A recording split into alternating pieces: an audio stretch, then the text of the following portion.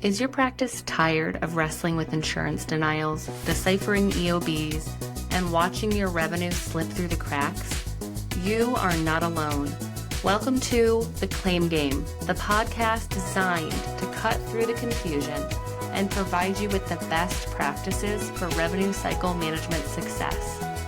We are Jeremy and Catherine Zug, and we've been with people just like you in the trenches.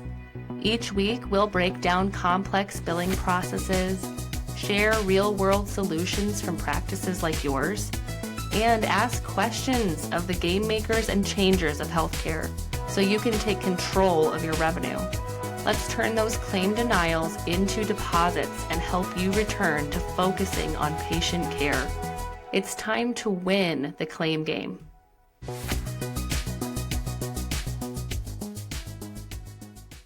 Hey everyone, welcome back to The Claim Game. I'm Jeremy Zug, and as a reminder, in this season of The Claim Game, we are going through the revenue cycle management best practices, one territory at a time. And as a reminder, Catherine's not here because she is on maternity leave, so that's a good thing. Last episode, we had a very interesting discussion about prior authorizations and the nuances that go into that process. So if you want to check that one out, go back to the last episode, give that a listen. Remember, these are the key domains of billing, and mastering each of these domains is really critical to make sure that your revenue cycle management system is a revenue engine for your practice and is not a drain on what you're trying to do. Today, we're going to be grabbing a magnifying glass to zoom in on eligibility a little closer.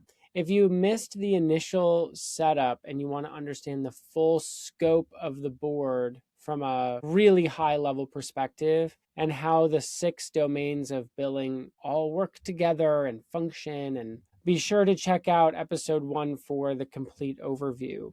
All right, let's get started today. So let me ask you a question. Have you ever been playing a board game like Monopoly or Risk or Catan? And while you were playing those games, have you ever had a game where you thought you were just killing it, crushing the other side? Maybe you had hotels on Boardwalk or armies in Australia or a superior chess position. And then suddenly something happened. You drew a bad card, you missed a rule, you missed a move that should have been obvious, and the whole game just flips on you. You're definitely not winning anymore. You are losing, and you feel like you're disoriented and you don't know what's next. Well, that's kind of what happens with eligibility and benefits. So we're going to talk about the basics today, and we're going to talk about 2 hidden steps that trip up the best practices that make it feel like that, like the game just flips on you and you're left not knowing what move to take next. So our hope after the end of this 25 minutes today is that you won't just know what went wrong. You'll have a strategy to stop surprises in the eligibility and benefits process. You can protect your patient relationships, maintain their trust, and you can secure revenue for your bottom line. We've talked about completing an eligibility and benefit check 2 episodes, but why isn't a one-time benefit check really enough? Why is it so vital that we check and regularly update patient accumulations and communicate those changes? And those are the 2 things that we're going to be covering today, is updating accumulations and communicating with patients. And here's why these 2 areas are important. First, an eligibility and benefit check is just a snapshot in time. It's nothing other than what the benefits and eligibility were for that patient in that brief 15 minutes that you looked. And it can change. So you have to be able to get different pictures of what that looks like at different moments in time. 2, updating accumulations is essential to ensure the accuracy of the patient's benefit stage. Are they paying a deductible? Are they paying a copay or coinsurance? Do they have an out-of-pocket maximum? It's really important to understand where they are on the roadmap there. And finally, 3rd, clear communication with patients about changes prevents billing surprises. And if you can prevent billing surprises for your client, whether that's from the insurance company or from your practice, you retain their trust and you remove any patient aging, spike in receivables issues, and collection issues. So let's start with step 4. Step 3 is patient communication. Step 4 is updating accumulations. And we're going to start out of order. And I'll tell you why. You'll have to communicate with patients before step 4, but they're very closely related, and we're going to handle them a little out of order because you have to know what you're communicating to your patient before you communicate to your patient. So what exactly are accumulations, and why is tracking them a non-negotiable part of a healthy revenue cycle? Accumulations are when a client has a deductible and they pay for health services toward that deductible. So let's say, for example, I have a $5,000 deductible that I must meet before the insurance company kicks in. That means I have to pay $5,000 for covered healthcare services within my plan year before the insurance company pays anything and before I get to a copay or coinsurance. So if that makes sense, it's important to update accumulations so that you know when to not charge your client a full fee. Or it's also helpful to understand that your client, your patient, is going to have healthcare services beyond just your service, just beyond your specialty. So they're going to be racking up accumulations throughout the month, throughout the year. And if you miss it, you could be overcharging your client. So this could lead to a refund or additional collections. And that's a big pain. There might be some overlap there, but what you don't want to do is overcharge your patient by $2,000, $3,000, $4,000, undercharge your client by $2,000, $3,000, $4,000, and then have to go get that money. Because the moment they leave your office, the chances that you collect that money is very unlikely. So the conclusion here is by regularly updating accumulations, you can have way more control over the accuracy of your patient collections. So the question is, all right, Jeremy, great. I understand accumulations. I know it's important. So how often should we be updating accumulations? And what is the best way to get this information? Okay, so frequency is the main point of this question, and it depends on a few things. One, it depends on the patient's plan, and it depends on your patient's visit frequency and cadence. If you have a service where, let's say they're coming in for some kind of testing, and you're going to see them one time for testing, you need to be very sure about the accumulations, and you need to be very sure about their benefit levels so that you can communicate precisely what they owe. If they're coming back multiple times to your office for multiple visits, you could check on a less frequent basis or a more frequent basis depending on the service that you provide. We recommend using patient portals, payer portals, to get this information. Those are, that's a wide range of tools that you can use, but the payers normally update their portals with the most accurate information. And then what do you do with this information, right?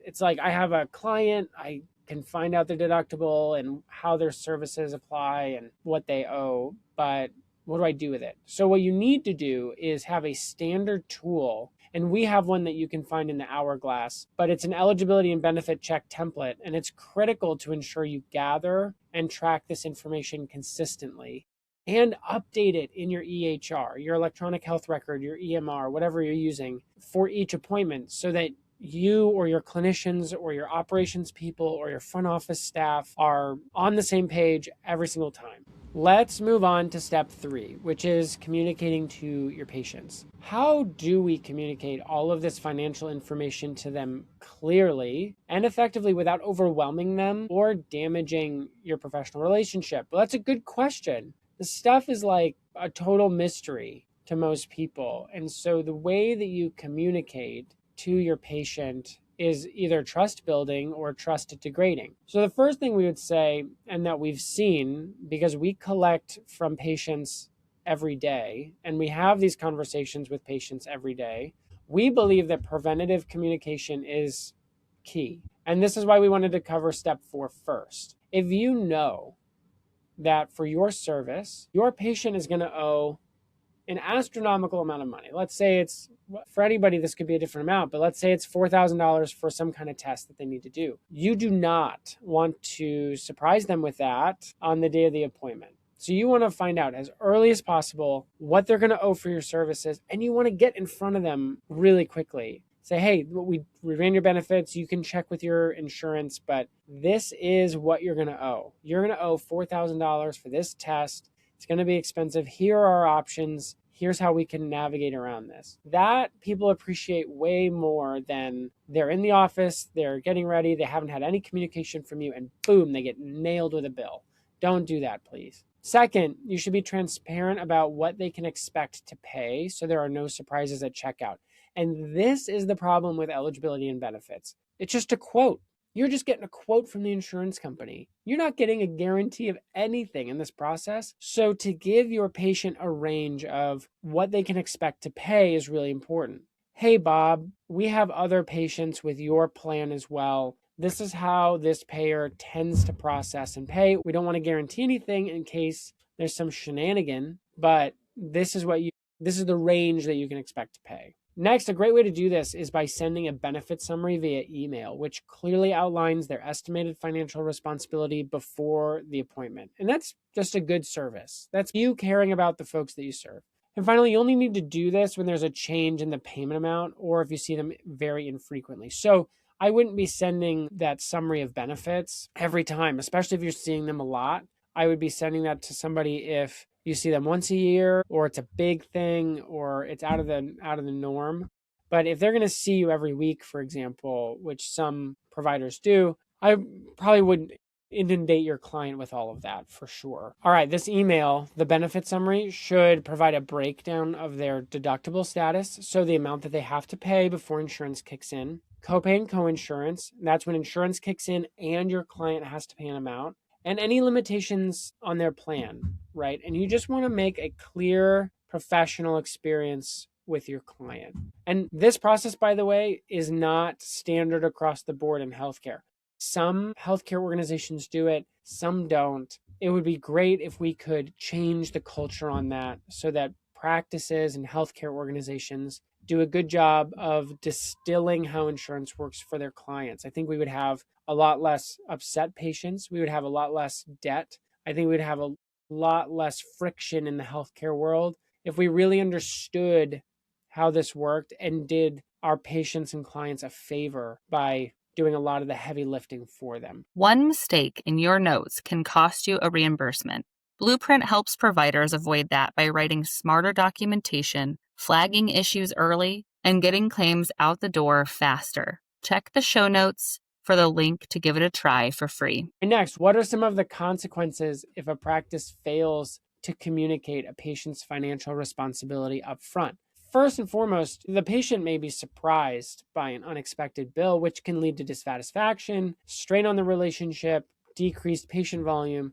And my general rule of thumb is you want to inform them ahead of the appointment. Hopefully one day ahead. If you have to do it while they're in your waiting room, that's fine. But again, you don't want any surprises, right? To be clear is to be kind to your folks. Two, this can cause patient balances to age, resulting in more time and energy spent on collections. So you don't want to spend a lot of time on collections, right? This is something we do day in and day out. It's hard to get a hold of people. Booking calls is tough. People have busy lives. They want to go about their thing and they don't really want to be burdened by a bill from your office, to be frank. And so what you don't want to do is you don't want those balances to age, and you want to be efficient with your staff's time.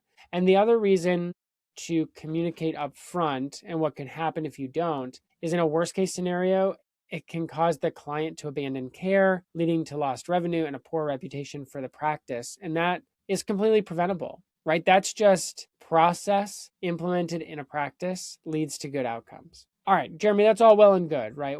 So what should a practice do if they haven't been updating patient accumulations and now they have a lot of open balances? So we're going to talk a little bit about patient aging and soft collections in the aging follow-up domain, but we have a couple of things that we want to note here. And the first is that you need a trained admin doing checkout.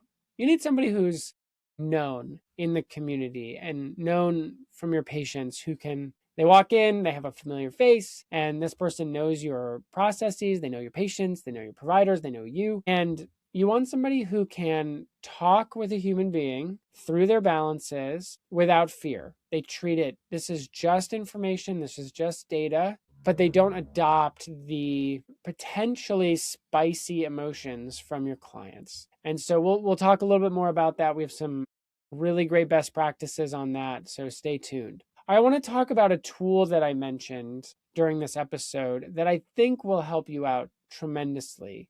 Actually, we've alluded to 2 of these tools, and I want to give you a quick rundown of our eligibility and benefit check template and the benefit summary email template and how they work together, what the dance looks like. So the eligibility and benefit check template is a form that you can use to complete the verification process. It ensures that you collect all the necessary information for a clean claim. We've reviewed that in a previous episode, but I'll bring that up again here because it's just good to know. And then we also talked about the benefit summary email template. This is designed for clear communication. The language is established. You don't have to reinvent the wheel. These templates provide a standardized way to inform patients of their estimated financial responsibility, and they set clear expectations and they build trust. These tools are designed to work together. So you have a template, you get the information, you then take that information and you put it into a patient communication so that you can move ahead very effectively with the service that you're trying to provide.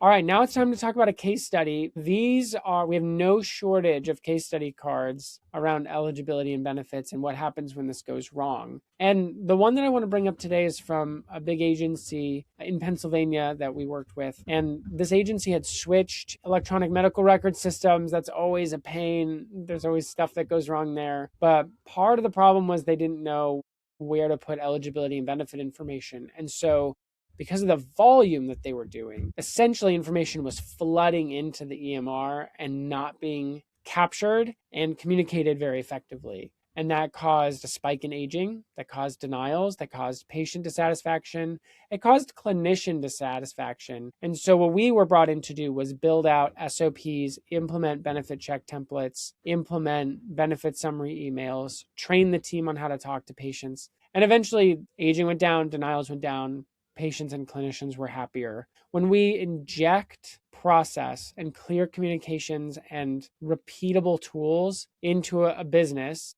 even in healthcare, you can get the same outcomes, better outcomes, higher outcomes. You can improve your volume and staff retention, all kinds of stuff. It's not a magic bullet for everything. And I know I sound like that guy, the myth guy that he has a hammer and everything he sees is a nail or whatever that story is. And I know we can start to sound like that a little bit, but we believe that healthcare practices are so fragmented in how they operate that we need to hammer away at these nails to really get you a lot of value. All right, in conclusion, we talked about stages 3 and 4 of eligibility and benefits, updating accumulations and communicating with patients. We discussed a few tools today. You can find those in the Hourglass that's on our website, practicesol.com. And if you think these would be helpful for your practice, check out the link in the show notes below. Next time, we're going to be talking about eligibility and benefit KPIs. So you won't want to miss that. We can't wait to see you here next time. Thank you so much for joining us. And we hope you go out there and win the claim game. If you enjoyed today's episode of The Claim Game, please take a moment to leave us a rating and review wherever you listen to your podcasts. It really helps new listeners to find us. Make sure you never miss an episode by subscribing to The Claim Game on your favorite podcast app. Your feedback means so much to us. We want to provide valuable education about revenue cycle management. So if there's something we didn't cover in our topic that was a burning question for you, please let us know so we can try to get you the information you desire. You can find the links to all resources we mentioned in this episode in the show notes.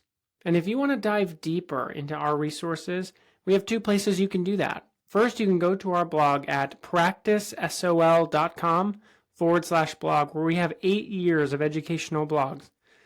If you want to learn more about what Practice Solutions does, reach out. We'd love to hear from you. Just go to practicesol.com to learn more and to connect with one of our awesome people on our team. Thanks for listening.